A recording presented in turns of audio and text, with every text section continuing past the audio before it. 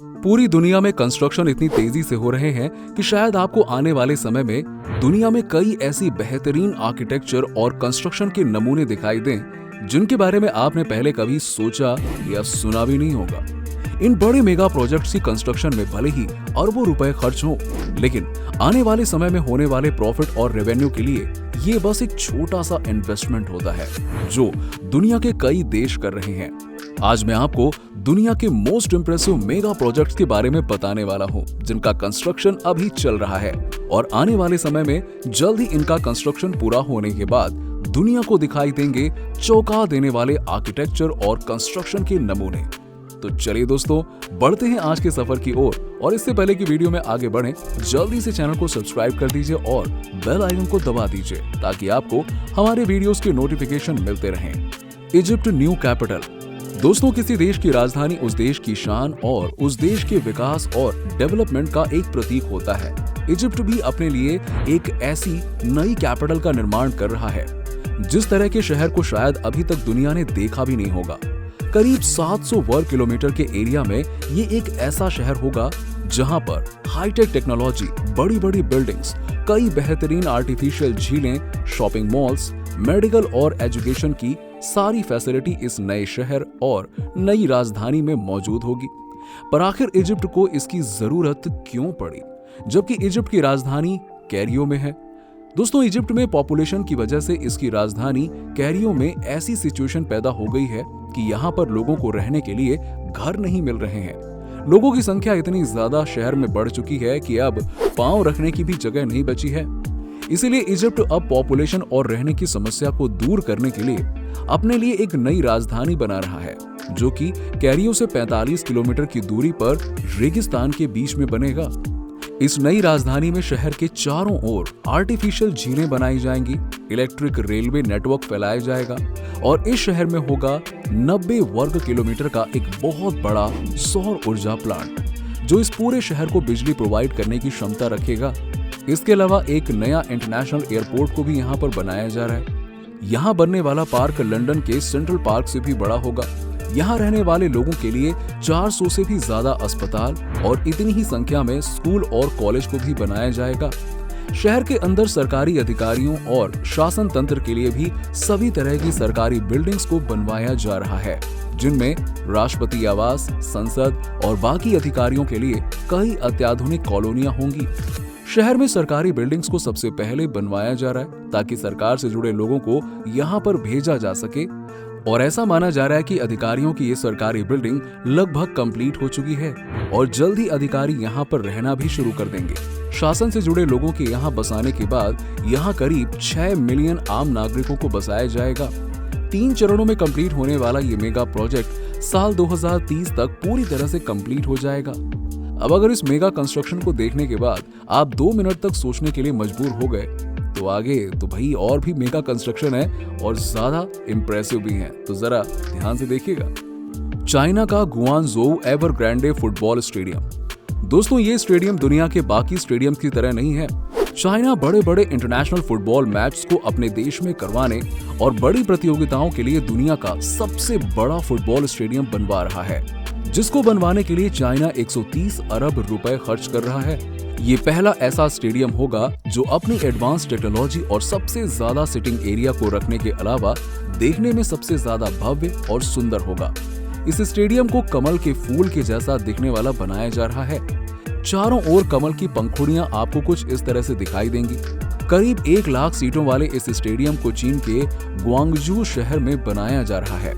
इसे बनाने वाली रियल एस्टेट कंपनी एवरग्रांड के अध्यक्ष हैजुन इस कंस्ट्रक्शन को दुबई के सिडनी ओपेरा हाउस और बुर्ज खलीफा से कंपेयर कर रहे हैं और उनका कहना है कि ये भी बुर्ज खलीफा और दुबई के आर्किटेक्चर के ऐसे नमूने से किसी भी तरह से कम नहीं होगा।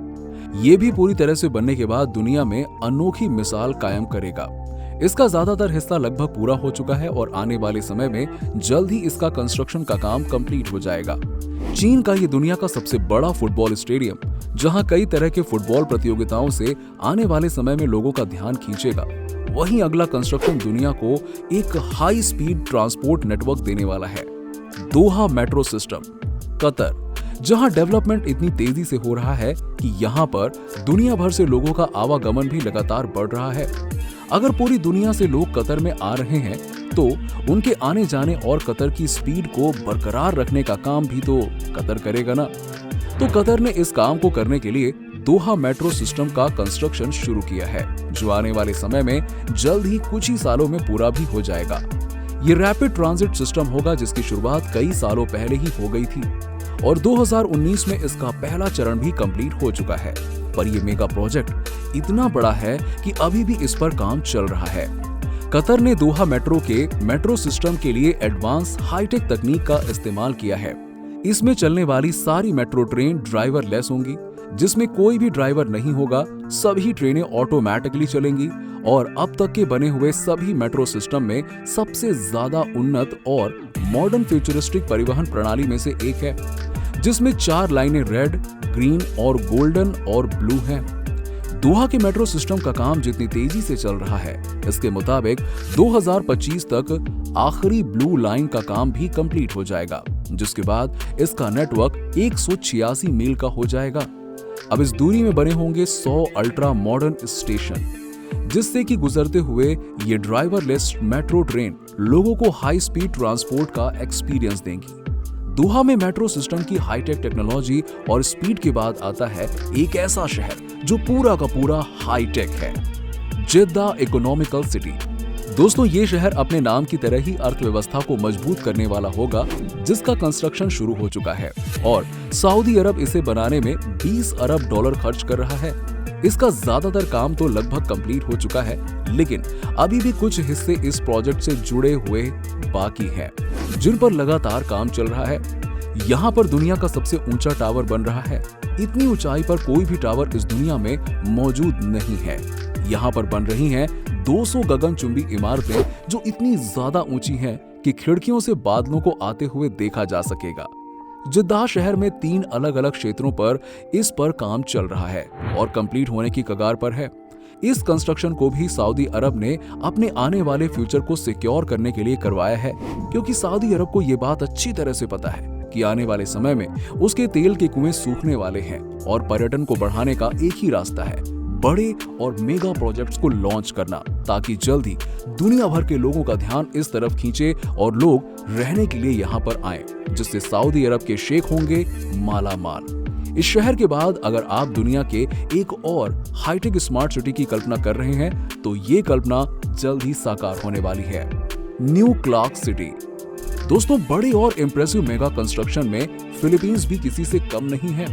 फिलीपींस भी अपने लिए एक एडवांस, फ्यूचरिस्टिक, सभी सुख सुविधाओं से लैस शहर का निर्माण कर रहा है और ये शहर होने वाला है फिलीपींस का फ्यूचर का कैपिटल। फिलीपींस ने अपने बैकअप कैपिटल को बनाना शुरू कर दिया है, जिस पर बहुत तेजी से कंस्ट्रक्शन चल रहा है। पर फिलीपींस को इसके बनाने के पीछे उसकी एक मजबूरी रही है, क्योंकि फिलीपींस की राजधानी मनीला फ्यूचर में ज्यादा दिनों तक रहने लायक नहीं बचेगी, क्योंकि मनीला जिस जगह पर है वो जगह पैसिफिक रिंग ऑफ फायर के किनारे पर है, यानी कि एक ऐसी जगह है जहां पर ज्वालामुखी काफी ज्यादा एक्टिव रहते हैं और ऐसी स्थिति में कई भयानक विस्फोट और ज्वालामुखी के फटने से शहर में जो तबाही होगी, उससे यहाँ रहने वाले लोगों का बच पाना मुश्किल होगा।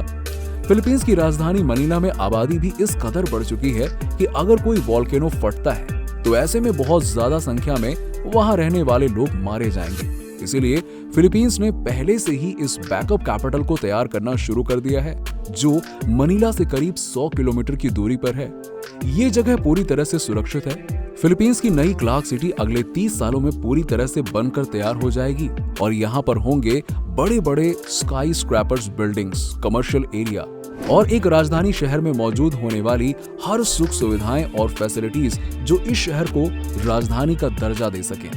ये काम 5 फेज में पूरा किया जा रहा है और अब तक इससे जुड़े सभी कंस्ट्रक्शन कंप्लीट हो चुके हैं, यानी कंस्ट्रक्शन फिनिश हो चुका है। पर अभी छुटपुट चीजें हैं जिनका कंस्ट्रक्शन समय के साथ इस शहर में सुधार लाता रहेगा।